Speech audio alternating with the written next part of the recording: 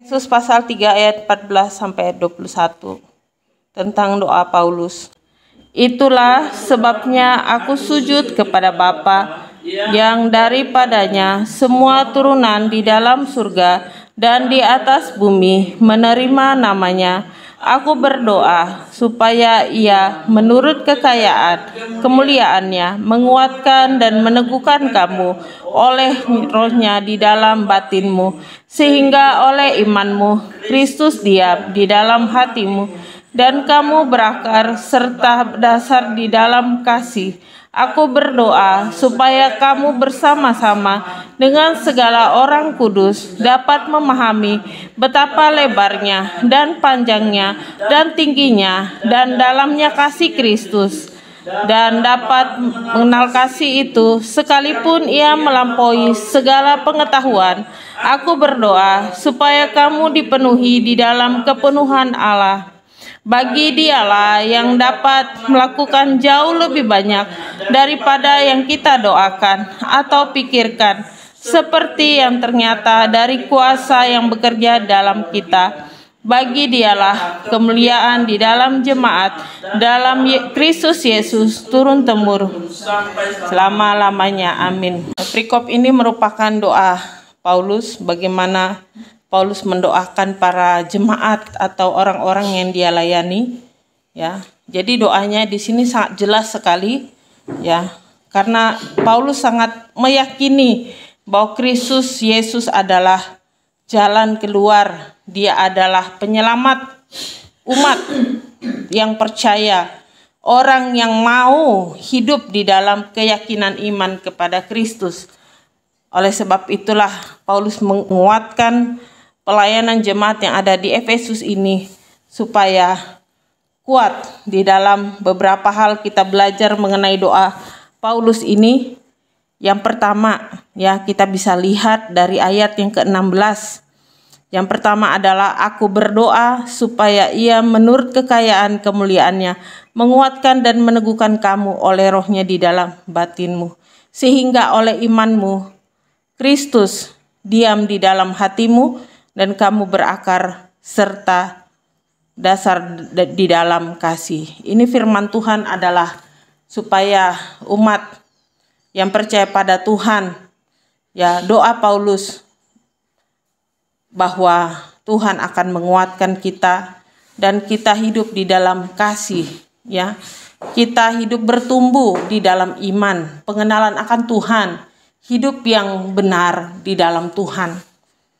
Zaman sekarang susah menemukan hal yang benar, tapi hal yang tidak benar itu ada di mana-mana.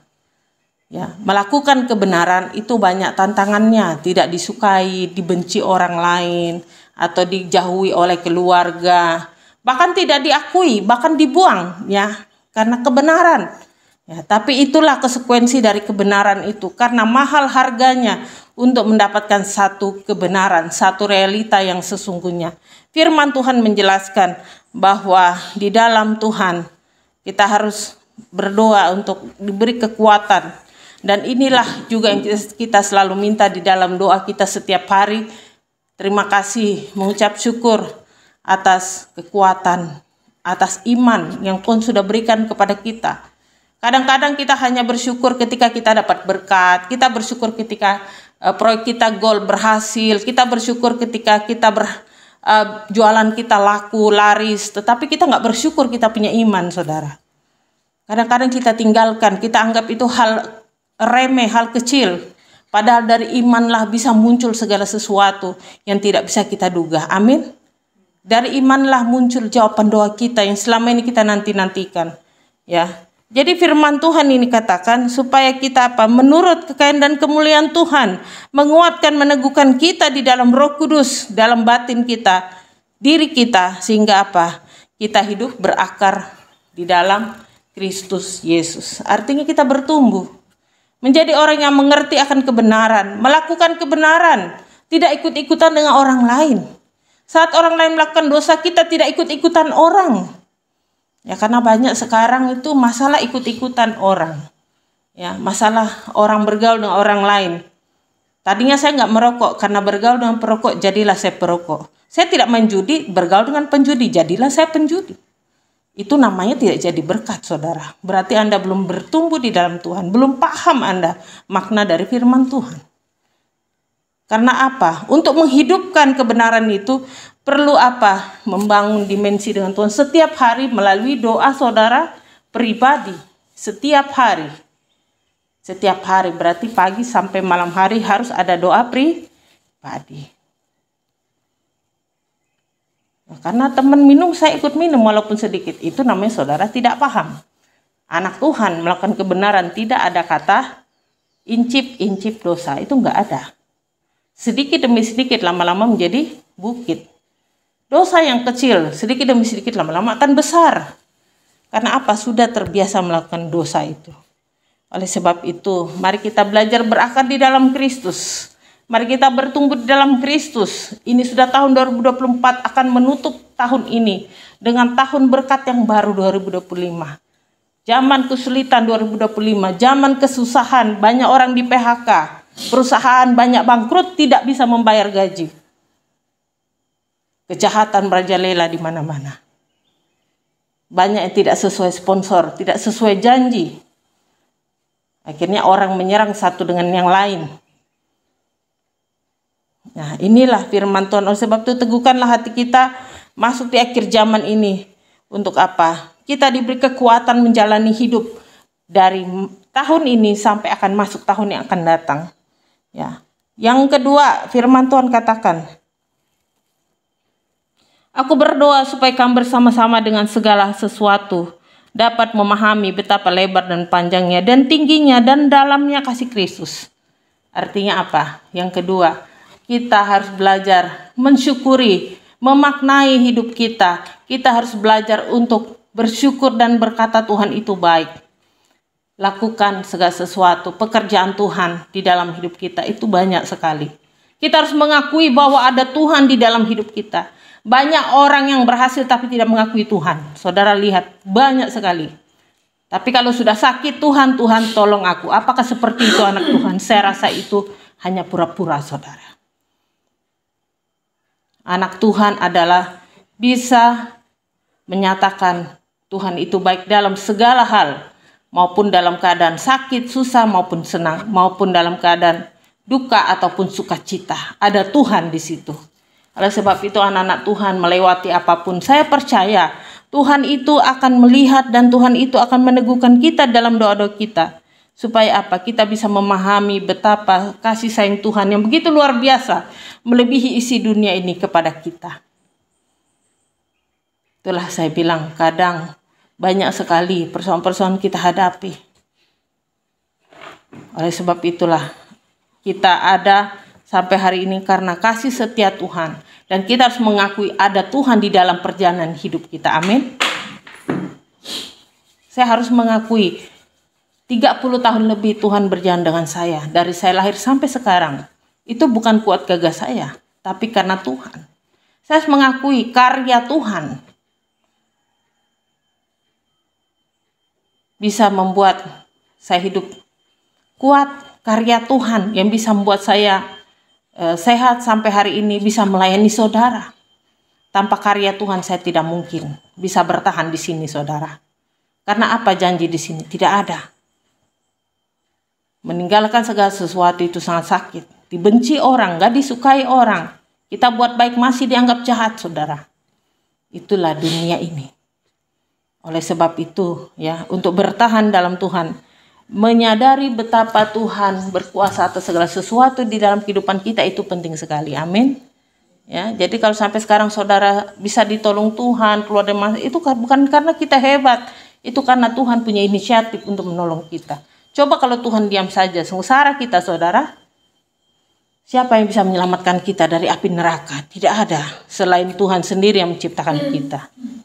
Oleh sebab itu, akuilah Dia dalam segala hidup kita, jalan kita. Bersyukurlah bahwa pembinaan Tuhan itu selalu ada. Dan saya selalu mengakui Tuhan ada di tempat ini. Kenapa? Karena saya melihat sendiri mujizat banyak terjadi di tempat ini. Dari yang nol, yang kosong, yang dihina orang, tidak ada apa-apanya. Sekarang orang diam. Kenapa? Karena Tuhan yang mengangkat derajat saudara dan saya. Bukan karena hebatnya kita. bukan karena titelnya kita, bukan karena penghasilan kita berapa. Itu nggak ngaruh, saudara. Kalau Tuhan mau berkati, banyak cara Tuhan menolong kita. Banyak cara Tuhan memberkati saudara dan saya. Hikmat-hikmat itu akan mengalir di dalam doa. Sebab itu segala sesuatu yang kita mau kerjakan, kita harus doa dan kita katakan, Tuhanlah yang akan bersama dengan saya. Amin. Oleh sebab itulah kita dikuatkan dalam Tuhan. Dan yang ketiga, doa Paulus, ya.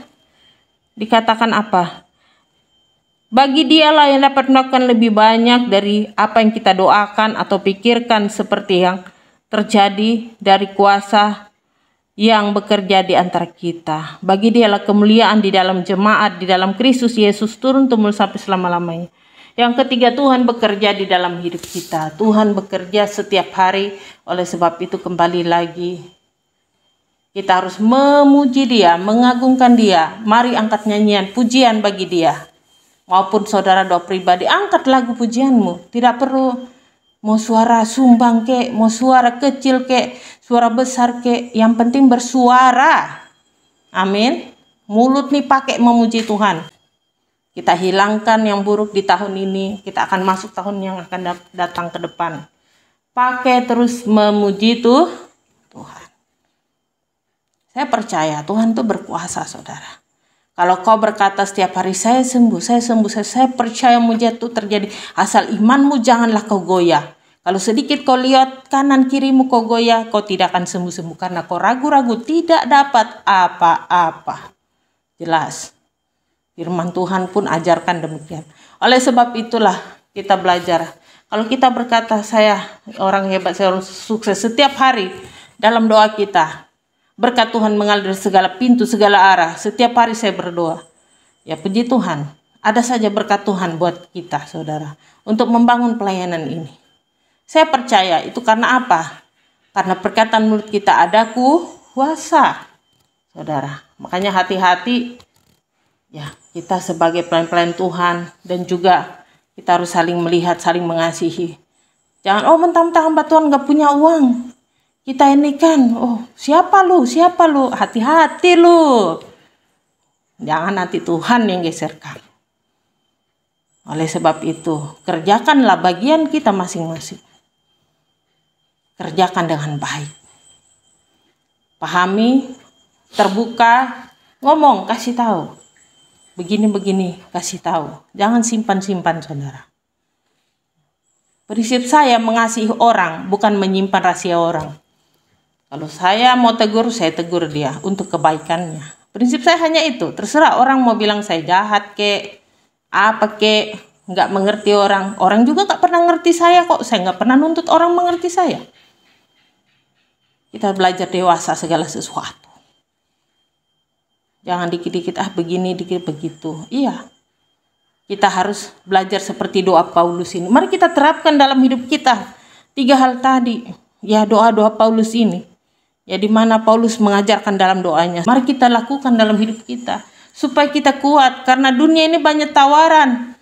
Yang sana sini bisa begini. Sini bisa begitu.